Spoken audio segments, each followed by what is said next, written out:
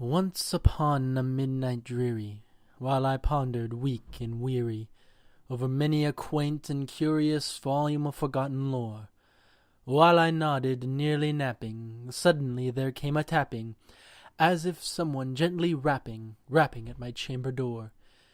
"'Tis some visitor," I muttered, tapping at my chamber door, only this and nothing more. Ah, distinctly I remember, it was in the bleak December, and each separate dying ember wrought its ghost upon the floor. Eagerly I wished the morrow, vainly I had sought to borrow from my books a crease of sorrow, sorrow for the lost Lenore, for the rare and radiant maiden whom the angels name Lenore, nameless here forevermore. And the silken, sad, uncertain rustling of each purple curtain thrilled me, filled me with fantastic terrors never felt before, so that now, to still the beating of my heart, I stood repeating, "'Tis some visitor entreating entrance at my chamber door, some late visitor entreating entrance at my chamber door. This it is, and nothing more." Presently my soul grew stronger, hesitating then no longer. "Sir," said I, "or madam, truly your forgiveness I implore. But the fact is, I was napping, and so gently you came rapping, and so faintly you came tapping at my chamber door, that I scarce was sure I heard you.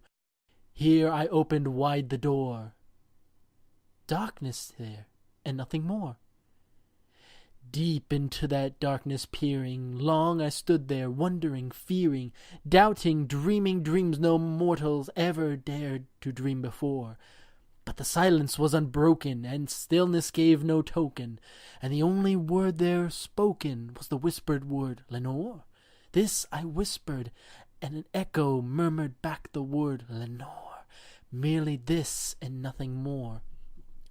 Back into the chamber turning, all my soul within me burning, soon again I heard a tapping, somewhat louder than before. "Surely," I said, "surely that is something at my window lattice. Let me see then what thereat is, and this mystery explore. Let my heart be still a moment, and this mystery explore. 'Tis the wind, and nothing more." Open here I flung the shutter, when, with many a flirt and flutter, in there stepped the stately raven of the saintly days of yore. Not a least obeisance made he, not a minute stopped or stay he, but with mien of lord or lady, perched above my chamber door, perched upon the bust of Pallas just above my chamber door, perched and sat, and nothing more. Then this ebony bird beguiling my sad fancy into smiling, by the grave and stern decorum of the countenance it wore. "Though thy crest be shorn and shaven now," I said, "art sure no craven, ghastly, grim, and ancient raven, wandering from the nightly shore? Tell me what thy lordly name is on the night's plutonian shore." Quoth the raven, "Nevermore." Much I marvelled this ungainly fowl to hear discourse so plainly, though its answer little meaning, little relevancy bore. For we cannot help agreeing that no living human being ever yet was blessed with seeing bird above his chamber door, bird or beast upon the sculptured bust above his chamber door, with such a name as Nevermore. But the raven, sitting lonely on the placid bust, spoke only that one word, as if his soul in that one word he did outpour. Nothing further than he uttered, not a feather than he fluttered, till scarcely more than muttered, "Other friends have flown before, on the morrow he will leave me, as my hopes have flown before." Then the bird said, "Nevermore." Startled at the stillness broken by reply so aptly spoken, "Doubtless," said I, "what it utters is only stock and store, caught from some unhappy master, whom unmerciful disaster followed fast and followed faster, till his songs one burden bore, till the dirge of his hopes that melancholy burden bore, of never, nevermore." But the raven still beguiling all my fancy into smiling, straight I wheeled a cushioned seat in front of bird and bust and door.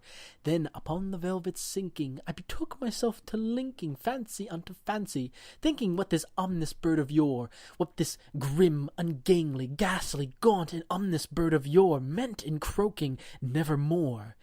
This I sat engaged in guessing, but no syllable expressing to the fowl whose fiery eyes now burned in my bosom's core.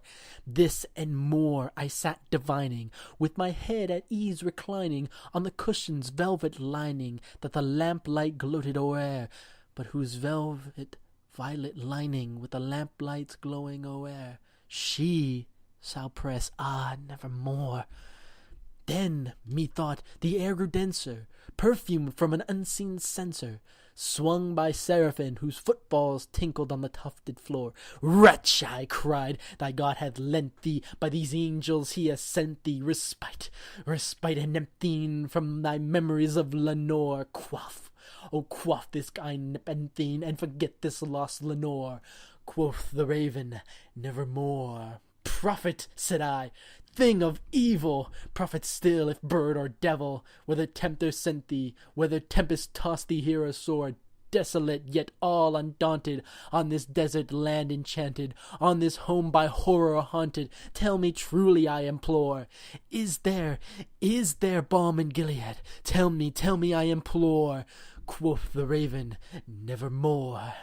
Prophet, said I, thing of evil, prophet still, if bird or devil, by the heaven that bends above us, by the God we both adore, tell this soul with sorrow laden, if, within the distant Aidenn, it shall clasp a sainted maiden whom the angels name Lenore. Clasp a rare and radiant maiden whom the angels name Lenore. Quoth the raven, nevermore. Be that word our sign of parting, bird or fiend, I shrieked up starting. Get thee back into the tempest, and the night's Plutonian shore. Leave no black plume as a token of the lie thy soul hath spoken. Leave my loneliness unbroken. Quit the bust above my door. Take thy beak from out my heart, and take thy form from off my door. Quoth the raven, nevermore. And the raven, never flitting, still is sitting on the pallid-buster palace just above my chamber door. And all his eyes have all the seeming of a demon that is dreaming, and the lamplight o'er him streaming throws his shadow on the floor, and my soul from out that shadow lies floating on the floor, shall be lifted nevermore.